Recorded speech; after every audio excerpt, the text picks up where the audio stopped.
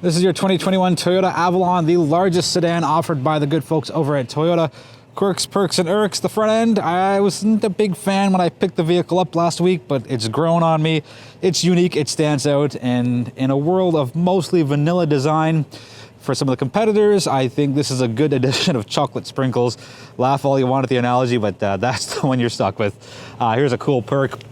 The turn signal is move in motion. That's your stationary bar, and that's again in motion. It's got the LED vision tech. So these are the upgraded premium LED headlights. This is the limited all-wheel drive trim as opposed to the XSE. That would be your high beam, but it's not on because, well, that's just how it is. Cool pattern here as far as your day runners go. So it looks really sharp at night. And let's back up and give you a good quarter look as we go around to the side. Pretty conservative here. Nothing really, nothing really out of the ordinary. And I think that's pretty good for an Avalon. Avalon buyers aren't looking for flashy. And if they are, they can either look at the Camry, which is really cool, or jump into the Lexus lineup. The rims are too busy for me. 5-spoke, 10-spoke, but this is just a little much. I think Avalon would be much better served with something a little on the minimal side compared to what they have on this right now. Going around to the rear, and I mentioned the taillights. So the rear turn signals are similar to the front ones, and there you get it in motion, and it goes from the inside to the outside, and there's your stationary bar. Lots of contours here, and I think it's just really, it stands out, and I like it. It's not a lot, it's not as much as it was up front, but you definitely have some cool 3D elements back here. Let's take a look at the rear. So you got twin tailpipes, very symmetrical. You got the limited all-wheel drive badge on the right, Avalon right across the middle. I like it there better than I would if it was on the actual trunk lid itself. Taking a quick look in the trunk, conveniently, the opener is between the O and the N, so just think of it as O-P-E-N, and that's how you get in. So I put a couple of things in here just to show you how much space there is. So these are fairly big boxes. Well, that one's pretty much a little smaller, but you can see just behind it, there is so much space.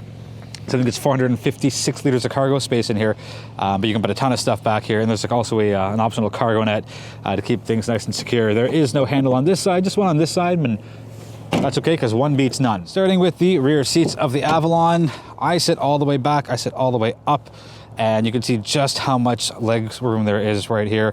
Pretty much the entire floor mat is showing. So there's my foot, so my size 10 boots, even someone bigger has, look at all the space there. So it's really, really good for rear passengers. Really, really cool color of seats, nice patterns, and just nice diamond stitching here. The gloss black, not a fan, but you get some storage here in your cup holders. Thankfully, the Avalon has 2 USB ports back here. Heated seats for your rear passengers, at least on the outboard side, and there's USB ports up front, so nearly everybody gets to stay connected. Plenty of space, just like a full-size sedan should have. Let's take a look up front, starting with the door panel. Again, more of that diamond stitching. Looks really, really sharp, but I like how it's angled and contoured in this way as opposed to being kind of flat and straight up like that. It just adds a nice design element to the vehicle. I don't like this. I know there's barely any appearances of chrome, and I don't like it. I just wish it wasn't there. All right, you have the word Avalon on your skid plate and on the floor mat. Really, really nice. Seats, a little too short for my specific body. I would take either an adjustable, whether it's manual or not, I would like an adjustable thigh extender, but the side thigh bolster is pretty good, and the side bolsters are scoring full marks from me. You can just see how cool the pattern is here for the seats. Really, really sharp, really, really well done by Toyota. And before we jump in, that's what you're gonna take a look at. And yes, it is two-tone cognac and black leather, and I think it looks so sharp. Again, this is the limited trim.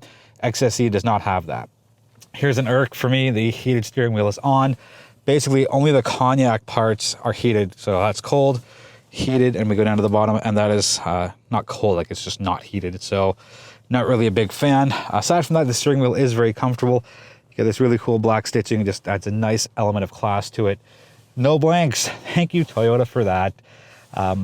That's kind of hidden. My first time getting in the car, trying to reset the odometer, I kind of had to do a bit of digging, but if you're buying or owning the car, you'll know where that is all the time.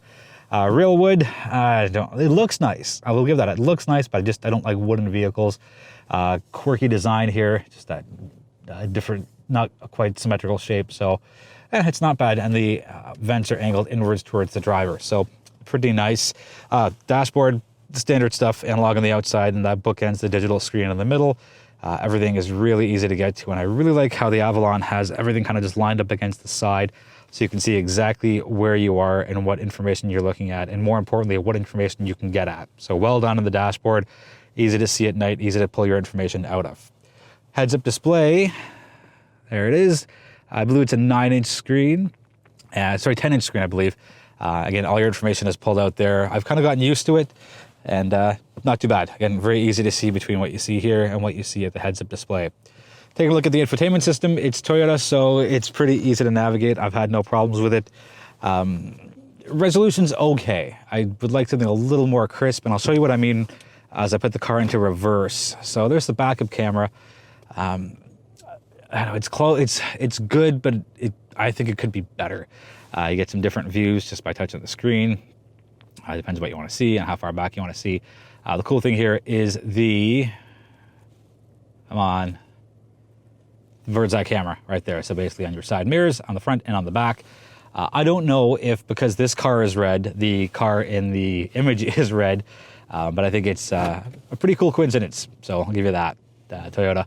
Again, pretty easy to pull all your information out of. I wish it was a little little more high res, sorry.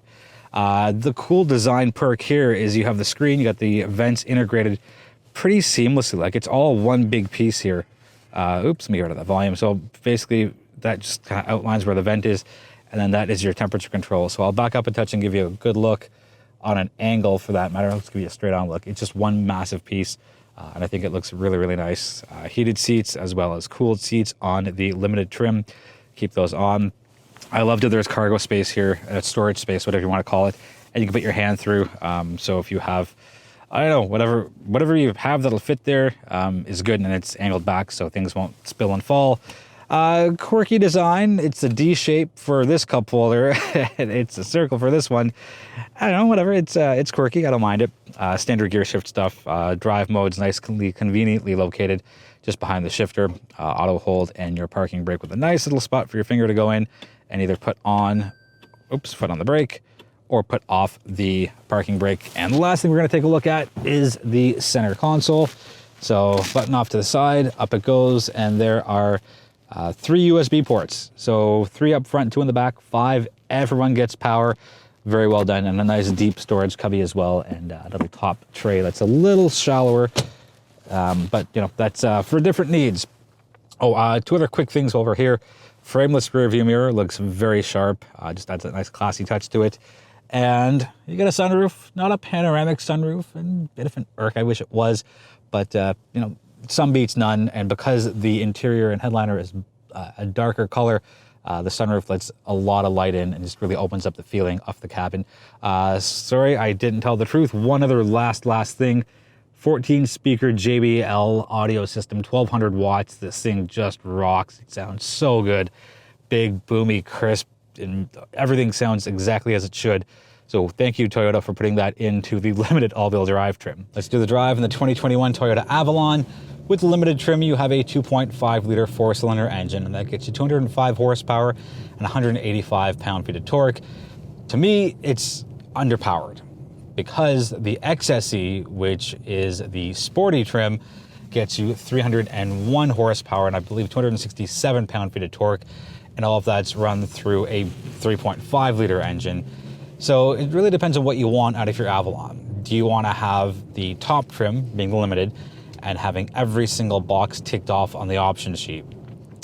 Or are you okay missing out on a couple of things, missing out on a few things, but having more under the hood and therefore more underneath your right foot as far as power goes? And to me, if I was looking between the two as a vehicle purchase, I choose creature comforts, and I choose things that I can't go back to the dealership and just snap my fingers and get. Like, oh, you know, I really wanted the cool seats. Can we make that happen? Or I wanted the 12-speaker JBL audio system, right? 14-speaker JBL audio system with the 1200 watts. Can we just like slip that in? So it really depends on what kind of a driver you are and what you want out of your vehicle. On the road, the Avalon does very well. Very little noise, vibration, harshness. The cabin is very well insulated.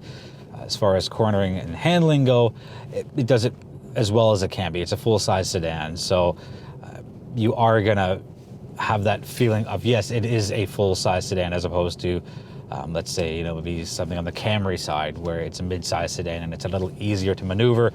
Thankfully, with the limited trim, you do get that top-down bird's eye camera, so parking isn't nearly as hard as it would be, let's say, without having that, so you can really see all around you. Fuel consumption in liters per 100 kilometers on a 60-liter tank of 87 octane fuel. The Avalon comes in at 9.5 on city streets, 7 liters even on the highway, and our blended total comes out to 8.4. Not too bad for a full-size sedan. I think it's the smaller engine that really brings the numbers down. From what I recall, the XSE with the 3.5 liter engine, I think it averaged out at, 10.1, I believe. So it's going to be higher because it's a bigger engine, more gas used, more. Anyways, you understand how that works, right? Right. Cool thing about the Avalon this year is there's an option for all-wheel drive, and in a Canadian climate where we have snow and slush and ice and rain, and the colds are really, really cold, the all-wheel drive system will absolutely make a big difference. It's the end of November when I'm recording this. It's supposed to snow tomorrow. Of course it's supposed to snow tomorrow, the day after the car goes back. But just having that all-wheel drive system will make a very big impact. And you put a proper, high-quality set of winter tires on, and it's not like you're going to be collision-free because you can't control other drivers. But for your own driving inputs, you'll have much more stability and control. On the safety side, Limited gives you every single thing possible. I'll put a list up on the screen of all your safety systems. You miss out on a few of them with the XSE. Again, going back to balance, finding what you want out of your vehicle. But kudos to Toyota for 50,000 Canadian. It gets you every single safety system, and all the cool bells, whistles, and comfort. And I don't want to say luxury, but all the premium materials and just a premium feeling vehicle. And yes, I know the Lexus ES is kind of the sister/cousin vehicle to the Avalon, but if you don't want to go to the Lexus brand for whatever reason, or you like Toyota so much you want to stick with the Avalon, know that you're getting a very premium vehicle with the limited trim. The interior is done very well by Toyota on the Avalon. I love the two-tone color for the steering wheel. You can see the cognac there is in the black up here. And the bottom half of the dash is cognac, and the top is a nice shade of a dulled black, more of a matte black. I haven't seen very much piano black in here. I did mention that it's in the rear seats for the cup holder, and there's a little bit here on the dashboard, but all the buttons you actually touch are either chrome or matte black, so not a lot of fingerprints. I don't really care about the wood trim. I kind of hope that maybe it doesn't see its way into the next generation, but overall the cabin is very well appointed. I think it looks really nice. The huge infotainment screen, again, very easy to navigate. I wish it was a little more on the high-res side, and the same thing with the backup camera, which I'd shown in the interior portion. Overall, the Toyota Avalon is a pretty well put together vehicle. Conservative looks on the outside, a little bit of flair at the front, a little bit of flair at the back. Good looking cabin, very modern. Cool color combination between the cognac and the black on limited trim. Just looks really, really sharp. The one thing the Avalon has going against it is it's the class that it's in. Not every manufacturer offers a full-size sedan. The world is being driven by SUVs and crossovers and CUVs. I don't know if the full-size sedan market will make it. People are saying sedans are dying. They're not dying. They're declining. I don't think they're going to be gone forever.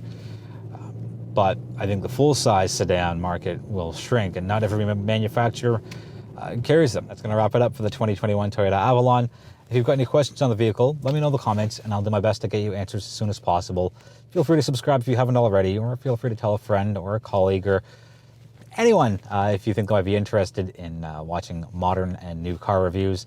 Thank you so much for watching. I really, really do appreciate it. Be well, be healthy, be safe, and I'll be back sooner than later with my next review.